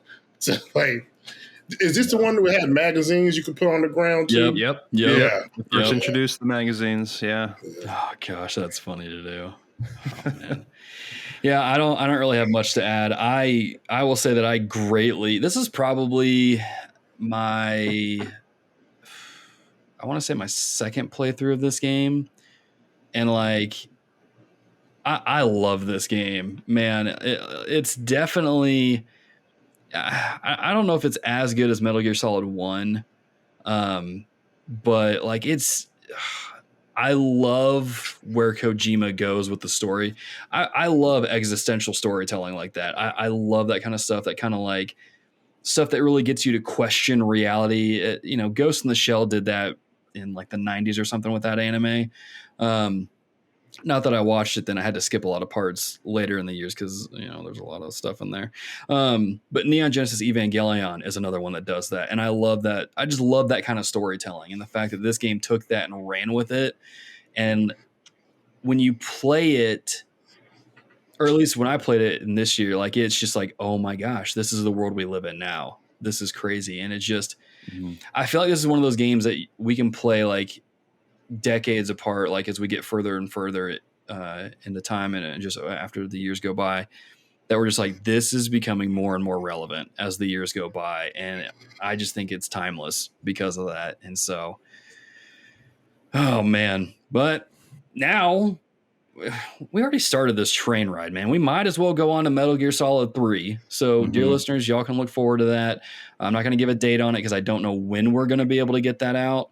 But just know that we'll be doing an episode on Metal Gear Solid 3 because that one is my personal favorite out of all the games. That game is a true masterpiece if there ever is one. And we'll get into the game there. And if rumors are to be believed, Metal Gear Solid 3 is the one that will get the remake. But anyway, we'll see. I'm okay with that. I'm okay with that because we will see. Dope. But yeah, like I said, we'll get into that. As always, dear listeners, if you listen to this episode and you want to talk more about Metal Gear Solid, there's a lot of ways you can do that through our Discord, Twitter, Facebook, all those places. Links to everything will be in your show notes. But it wouldn't be an episode of TRG if, hold up, this is episode 224. That means we need to give a shout out to our patrons. Dude, I almost skipped by because I'm like, we have one more episode to record, but that's going to be a September release episode. And so we need to go ahead and get that going here. So let's go ahead and read off some of our patrons here that we have in the document that I totally prepared beforehand. Yes, there it is. And I'll take blue. You'll take blue and I'll take red. All right. Thank you, patrons. Aaron L. White, Alex Castellanos, Boulder, Brandon Bueno Corsi, Cassie, Chris Freeman, Christopher Commander, Daryl Tavares, David Henderson, Derek Smith, Jake Walker, Jeff Jackson Jr., Jimmy Changa, John Hannon, Jonathan Harrison, Josh Broccolo, Kiefer Winborn, Clay Brandon, Kokorodaki, Luke Strain, Matt Edwards. Matthew White Chocolate McDougal, Matthew Millsap, Melvin Benson the Fifth, Micah Hendrick, Michael Toller, Micah Hendrick. Wait a minute, that name sounds familiar. Anyway, Mr. Buds, Nate McKeever, Retro Rewind Podcast, Richard Marroquin, Ryan 1701E, Sam White, Savone Pena. So wait, that's Cassie, or Sojourner. Third Strongest Mole, Tim Syriac, Travis, Vincent E, Wesley Ray, Yuki Ailey, Zachary Nelson, and I think we might have missed one because I didn't update the names over there.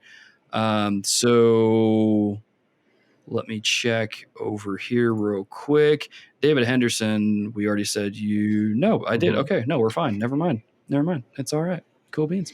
Y'all, thank you for supporting us over on Patreon, allowing us to continue to do what we do here on the podcast and allowing us to just continue to make content for y'all and for gamers out there as well. As always, if you can't support us financially, totally understand. If you'd like to support the podcast, there's a lot of ways you can do that. One of them is just hanging out in the community on Discord, Facebook group, all those jazz, following us on social media avenues, retweeting the stuff, sharing the episodes, doing things like that, liking the podcast and subscribing on YouTube.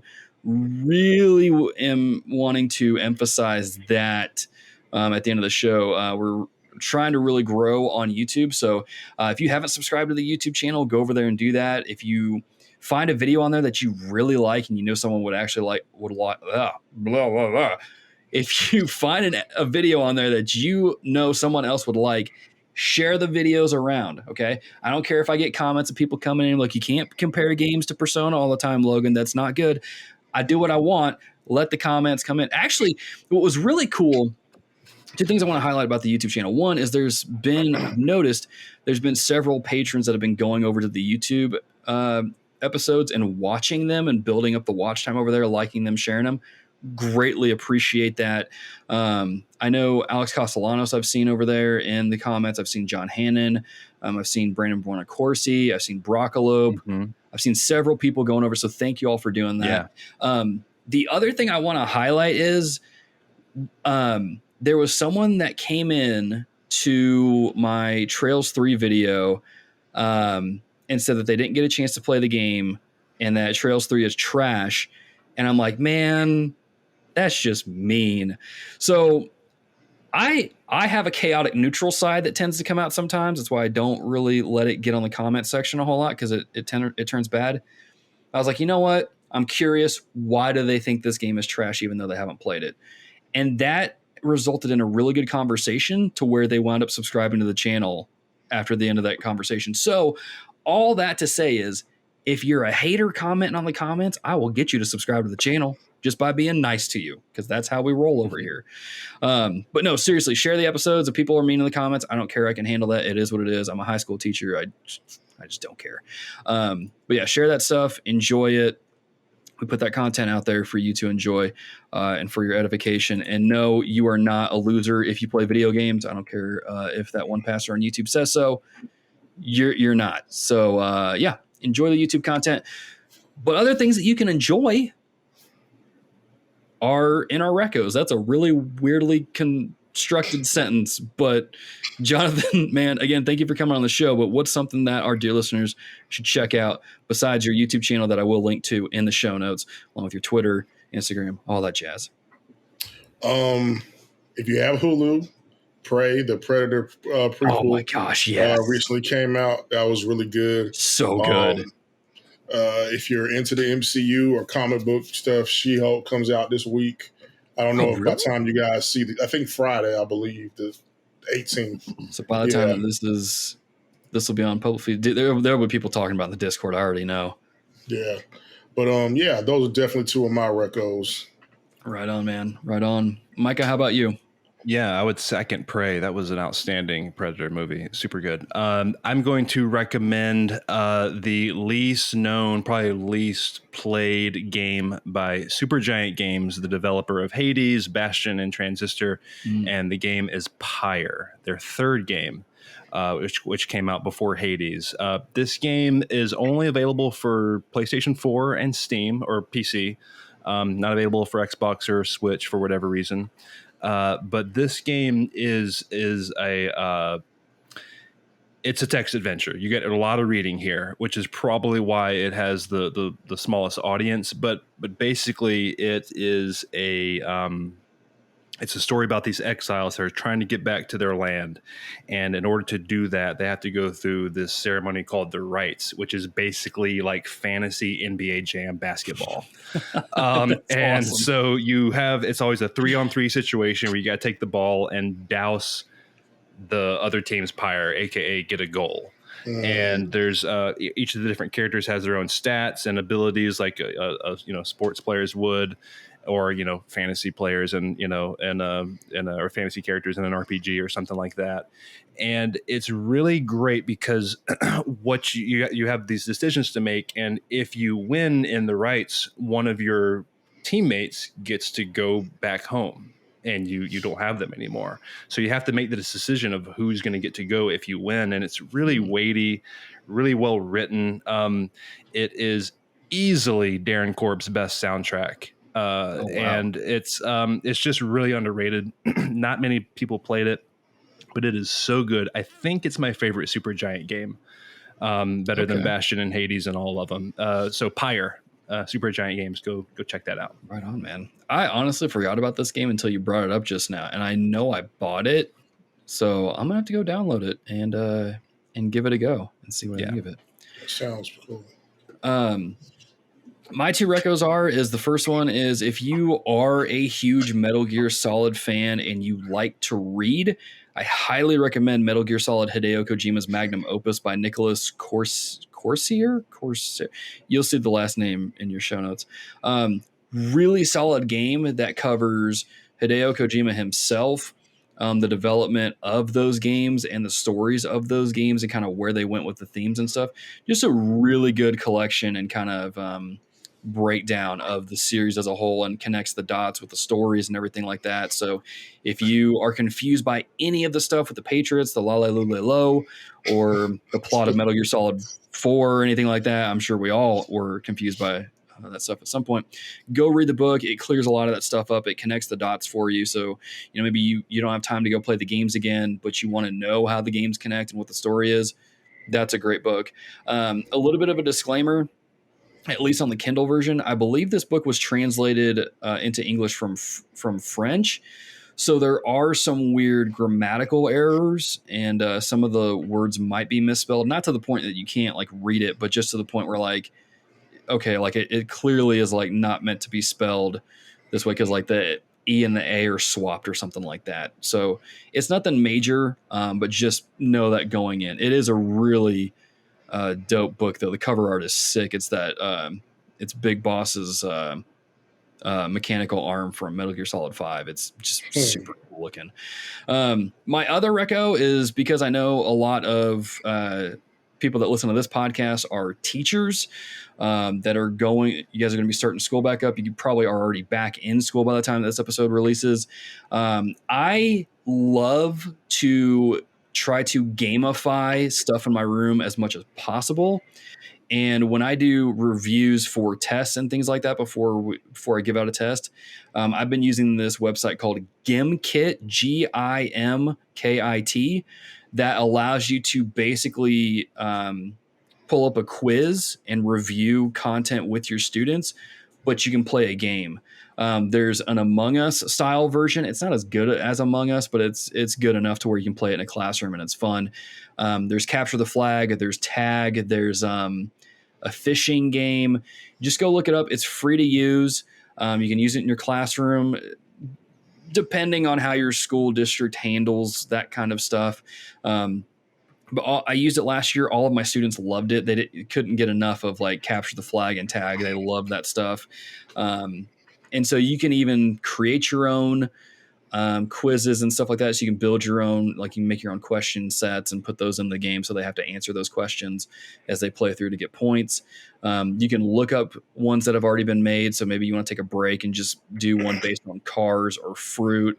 Or if you actually teach Spanish, there are a ton of Spanish quizzes, reviews already put in there that have been made by other teachers. So go check it out. See what you think. You can pay for it if you want. You don't have to, but it's pretty cool. And it's just a really good tool. Another alternative that I would recommend is Blookit, Blooket. My students have said they like that better than Kahoot. I feel like only teachers know what I'm talking about at this point, but they're just really good tools. Help you gamify your reviews and stuff like that. It'll get your students engaged in the content, and it actually helps them retain that information better just because of how it's gamified. It just does something to where it sticks in their brains better. I didn't have to fail a kid at all last year because they knew the stuff well enough. So yeah, those are my two recos. If you want to read more about Metal Gear Solid, there's that book. If you want to gamify your reviews in school with your classes, Gimkit, Blookit, I'll just include links to those two, so that way you have those. You can go check them out for yourself. But yeah, other than that, if you want to continue supporting TRG, we talked about Patreon. You know how that works. You can go support us over there. You get your early uncut access to all of our episodes, extra episodes of the podcast, and more. You can interact with us on a variety of different platforms. We've already talked about all those: Twitter, Facebook, YouTube, Instagram, all that jazz. Go connect with us. Definitely join the Discord community. Would highly recommend that. And yeah, but with that being said, thank you for listening to this episode of The Reformed Gamers. And until next time, be a dear, keep it locked here, and we'll see you in the next episode. Thanks for tuning in to this episode of The Reformed Gamers, the podcast all about theology and gaming. TRG is edited by Dear Ear Productions, so thank them for the buttery smooth tones in your ear. If you're looking for extra content, head on over to youtube.com/thereformedgamers. The Reformed Gamers is entirely fan-supported over on patreon.com/reformedgamers by our dear patrons. The following deer are at the producer level or higher and will forever be thanked at the end of each show, as long as their pledge comes through, or we forget to update the audio. Those people are David Matthews, Mr. Butts, Richard Moroccan, and Wesley Ray.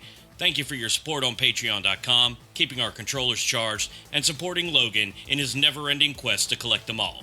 Platinum trophies, that is. So be a deer and keep it locked here. Keep listening. We'll catch you later.